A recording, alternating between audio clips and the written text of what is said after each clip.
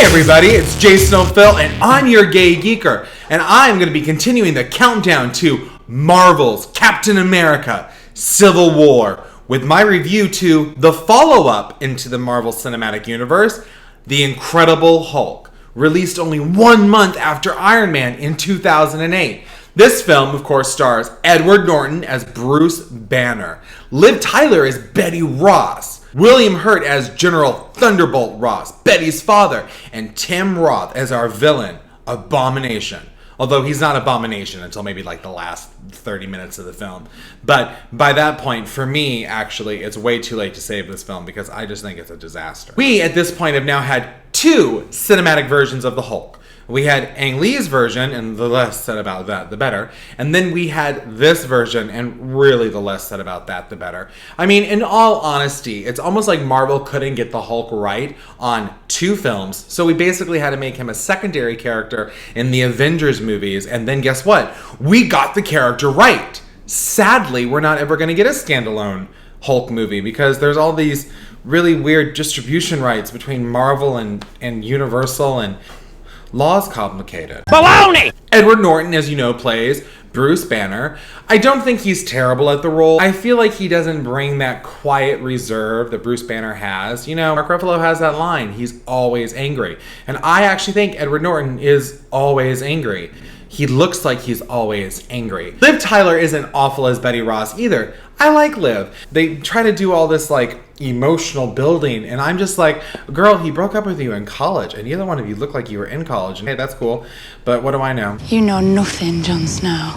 Also, William Hurt kind of twirls that mustache a little bit too much. I feel like he's waxing it every 2 seconds and going, I am the villain right now until we reveal Abomination at the end of the film. And Tim Roth, he's a good villain, but Tim Roth is always a good villain. So once again, this movie really doesn't have anything going for it that I haven't seen before. I honestly would have preferred the leader, but since we're not going to get a future Hulk movie, I feel that is just set up for naught. It's just not going to happen. Can we also discuss how bad the CGI looks in this film?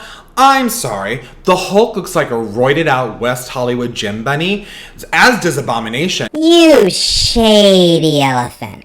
In fact, the CGI for both characters is so awful. Look, I get it. Iron Man has great CGI because it's a metallic suit, and this time we're trying to create realistic looking creatures. You know, I remember reading somewhere that the director was going for a very Andy Serkis Hulk.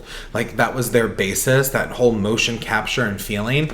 And if you were gonna go for Andy Serkis like amazing, maybe you should have hired Andy Serkis. Marvel, which has tons of money, should have been able to make the Hulk look incredible. Instead, when that big battle rolls around at the end, all I can think is cartoon characters playing Smash. I loved Iron Man so much when I saw it the month before that when I sat in the movie theater seeing this film, I was just shocked. I was so shocked. How do we get a character that is so enormously popular and make it such a colossal mess, and then we take a character that nobody really knows anything about and make it such a colossal success? I was almost ready to tune out, and then you people gave me Thor. So, smart, tall, muscular, blonde man.